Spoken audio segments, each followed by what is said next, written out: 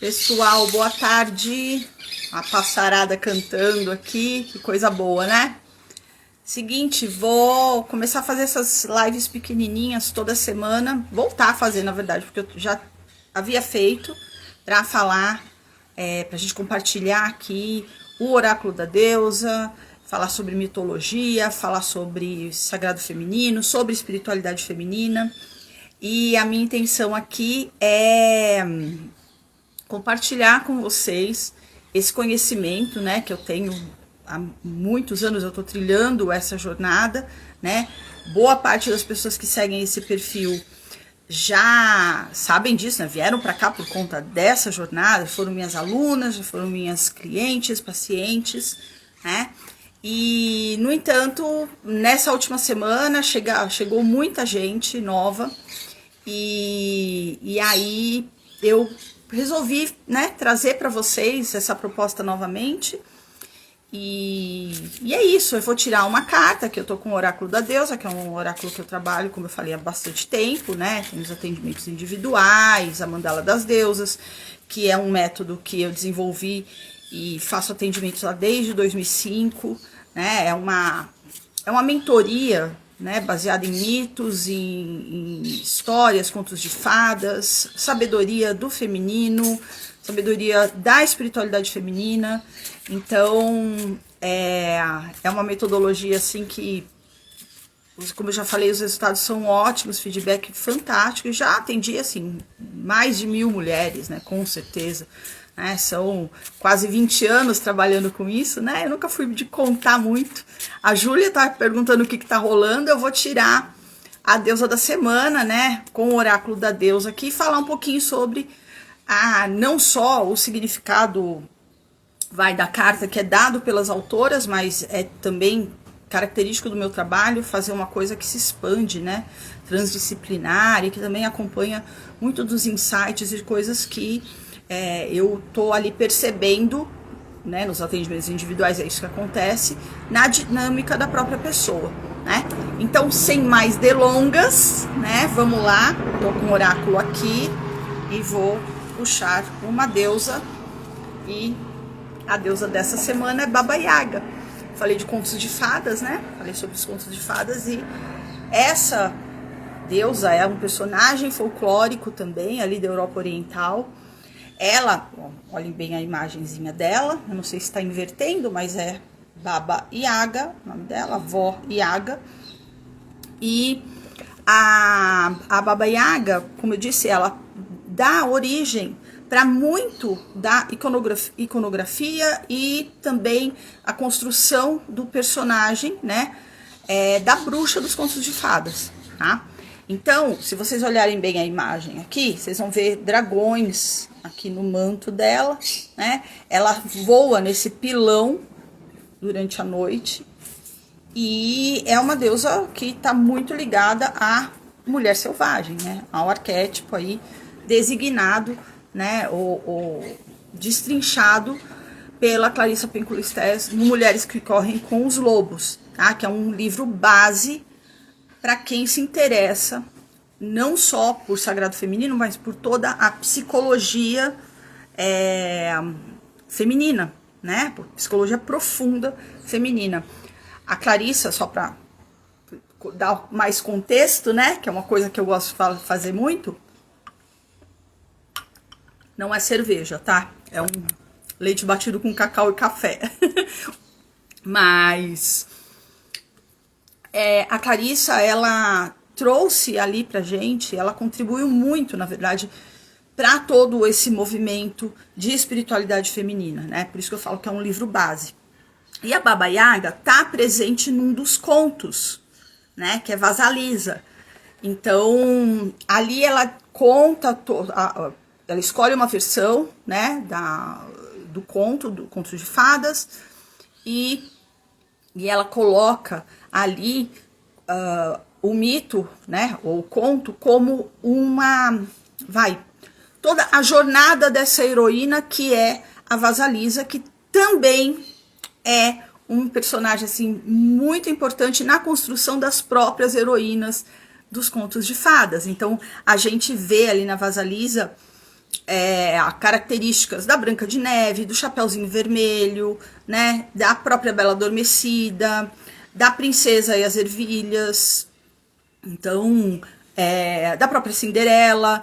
Então tem muitos elementos ricos e que envolvem a Vasalisa e a própria Baba Yaga, que no conto ela é apresentada também como a própria mãe selvagem. O que isso significa? Na estrutura psíquica na gente, né, e o Erich Neumann, na Grande Mãe, ele trabalha muito bem essa questão. Quando a gente pega o arquétipo da Grande Mãe, a gente vai ter pelo menos duas faces dessa Grande Mãe arquetípica, tá? A gente vai ter a mãe boa, vamos colocar dessa forma, e a gente vai ter a mãe selvagem. Então, a mãe boa, voltando lá para o conto da Vasalisa, ela é representada pela mãe daquela menina, né, que fica muito doente e antes de morrer dá uma bênção para essa heroína, para essa filha, né, que é uma bonequinha que inclusive é igualzinha a ela, né, a roupinha é igual, então é um vestidinho branco com um avental preto, né, e tem alguma coisa vermelha também, que são super importantes essas cores, né? Elas são recorrentes nas histórias, tá presente na alquimia também, tudo mais. E essa é a mãe boa, tá? A mãe morre e a Vasalisa, ela se coloca ali numa jornada para resgatar o fogo, tá, da casa. O fogo tem um simbolismo muito, muito importante, né? Ligado à própria vontade, ao coração, à sobrevivência, inclusive, né? E a passarada toda voando aqui ao redor e eu contando a história. Tá muito bom. Tem um sanhaço aqui, não vai dar pra mostrar pra vocês, mas ele tá muito pertinho de mim. Nem ligando pro que eu tô falando aqui, né? Ou ligando bastante. Bom, o que acontece com a Vasalisa? O fogo é apagado pela madrasta e as duas irmãs invejosas, né? Olha lá a gata borralheira, né?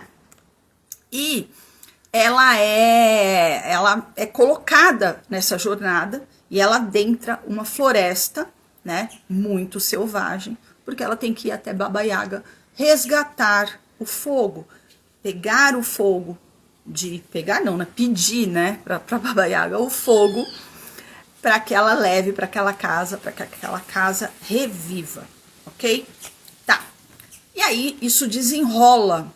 Essa história toda se desenrola de uma maneira muito, muito profunda. Ela encontra com aliados durante a jornada, assim como a própria Branca de Neve. E chega até a casa da Baba Yaga. E lá, normalmente, Baba Yaga devoraria qualquer um que chegasse ali nos domínios dela, né? Ela mora numa casa que a base, né, dessa casa são pés de galinha e tem crânios assim, com luzes dentro, ao redor de toda aquela casa. Uma casa bem de bruxa mesmo, né? E, no entanto, a Baba Yaga dá uma chance para Vasalisa. E nessa chance, ela precisa executar tarefas. E a gente pode dizer também que ela tem que revelar enigmas, tá bom? Então, por exemplo, um dos desafios, né, é que ela precisa separar, eu vou usar outra linguagem aqui para facilitar, o joio do trigo, tá? Então, ela tem uma sala e tem joio e trigo, e ela precisa, um monte gigantesco lá dentro, e ela precisa separar esse joio do trigo. Guardem bem tudo que eu tô falando aqui sobre esse conto, tá? Porque tá tudo relacionado com essa carta aqui, tá? E com essa deusa que tá regendo a nossa semana. Eu já dei alguns elementos aí que no final, mais pro final, eu faço uma síntese, tá bom? Eu meio que traduzirei o que eu tô dizendo. Beleza. Bom, então ela tem uma noite para separar aquelas sementes, né? Porque se ela não fizer, a Baba Yaga vai devorá-la no dia seguinte. Ela entra em desespero no primeiro momento, né? No entanto, lembra que eu falei da bonequinha lá no começo? Então, a bonequinha começa a pular dentro do avental, do bolsinho do avental da Vasalisa. E ela fala assim, Vasalisa, me ouça, né? E ela fala assim, peça ajuda, tô meio que dando versões aqui facilitando, tá? Peça ajuda das forças da natureza para separar. E você vai dormir, né? Deixa aqui um copo de leite e um pedacinho de pão. Vai dormir que amanhã tudo vai estar resolvido, fica tranquila. Beleza. Ela confia nesse conselho da bonequinha, né? E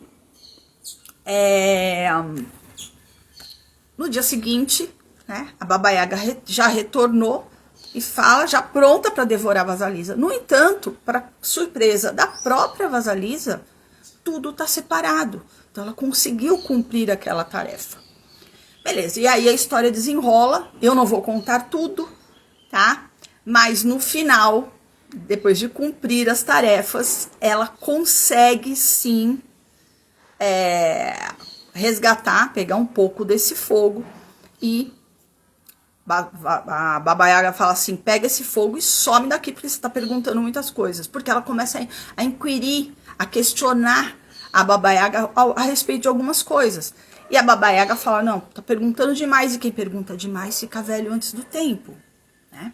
E aí a Vasalisa vai e retorna à casa, e ao chegar com aquele fogo, lembra da madrasta com as duas irmãs invejosas, né? Que queriam que a Vasalisa, na verdade, morresse quando colocaram a menina nessa jornada.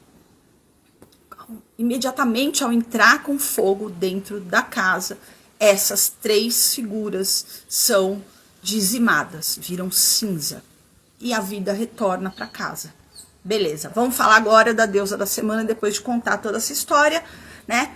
Porque é necessário contar a história, por isso que eu falo, a minha abordagem não fica só no livro das autoras do oráculo, por exemplo. A gente tem que ter um conhecimento amplo, e nesses anos todos, né, tenho muito que aprender ainda, mas eu nadei fundo nessas águas, né? Vamos lá, vamos colocar agora como uma deusa conselheira para essa semana, e de uma maneira bem geral, a gente vai falar aqui da Baba Yaga, tá? Bom, essa história toda, como eu disse no começo, está contando um processo iniciático, ou ainda uma jornada, tá, de profundo mergulho em si mesma, tá, por conta de um desafio da vida cotidiana, para que no contato com esse eu profundo e interior, você consiga resgatar a vontade de viver, por exemplo, tá? Então, a gente está passando no mundo agora um desafio enorme, um desafio coletivo gigantesco. A gente tá, eu não sei se a gente já chegou na casa da Baba Yaga, da Mãe Selvagem, se a gente está no processo, no meio da floresta, tá? Ou se a gente ainda tá ali na casa, né? Nessa casa em que essa menina, no caso da história, tá sofrendo abuso, né? Tá sofrendo ali um desafio muito grande, né? Sendo expulsa da própria casa.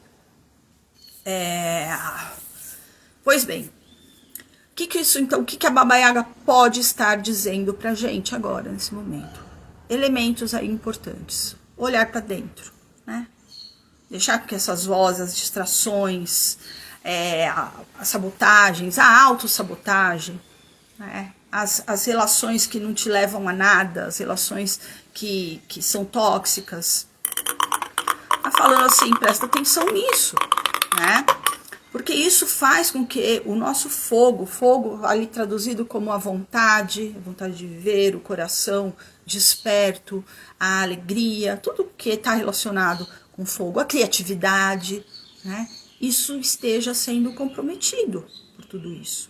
Então, é óbvio que não é um processo simples e fácil, né? Ah, não, tô melancólica, aqui tô tristona, então agora não estou mais. Não. A mensagem é fazer contato com esses elementos e desenvolver dentro de si, dentro das suas possibilidades, né, dentro dos seus limites. Um bichinho voando, né? Olha lá, né? Não distraia. Vá além e entra no foco, no flow, né? Por meio desse contato, né, você resgatar, mesmo que seja um pouquinho desse fogo, né, e trazê-lo para casa, trazê-lo para dentro de si, nutrir esse fogo, alimentar esse fogo, né, dar ouvidos a esse fogo, né, meio que substituindo. Por que eu vou ouvir o que não me faz bem, ver o que não me faz bem, dizer a mim mesmo o que não me faz bem? Né? Então, fazer escolhas nesse sentido. Nesse momento entra a questão do separar joio do trigo. Então, a Baba Yaga vem trazer também, ela traz também essa coisa sagrada pra gente, que é a escolha, o discernimento, o poder de julgamento, que muitas vezes quando a gente fala de mulher, ou quando você está nesse processo de contato com a sua espiritualidade, a capacidade de julgar, ela é recriminada. Não, ela é boa. Você não precisa condenar, apontar o dedo para o outro, mas você ter esse discernimento, olhar para o outro, enxergá-lo do jeito que ele é, né, pode sim contribuir muito para a sua evolução, para o seu autoconhecimento, para o seu autocuidado e tudo mais. Né? Com um detalhe muito importante, quando você faz contato com essa parte de si, que nós vamos chamar aqui de alma selvagem, né? Eu postei um vídeo hoje com um canto maravilhoso, né? E uma precezinha, afirmações ali para você fazer quando você perceber que tá meio que se desviando do seu caminho e o compromisso com si mesma, né? Você reafirme isso, né? Dê valor para isso. Então, o detalhe importante é quando você faz contato com esses conteúdos da sua alma selvagem, você está fazendo contato justamente com as forças da natureza que conscientemente a gente não conhece e nem precisa. A Vasalisa, a bonequinha, que é a bênção da mãe, né? A mãe boa, fala para ela: deixa aqui um copo de leite, um pedaço de pão e vá dormir. O que isso quer dizer? Né? Confia no sagrado.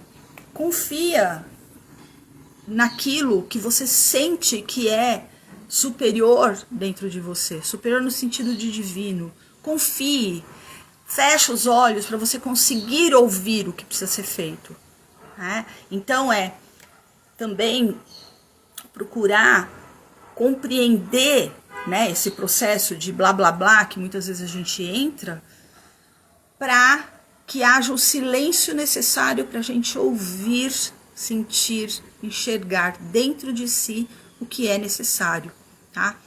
Então esse contato todo, tudo isso que eu acabei de falar, tem muito a ver com a relação com a chamada mulher selvagem e a Baba Yaga, né?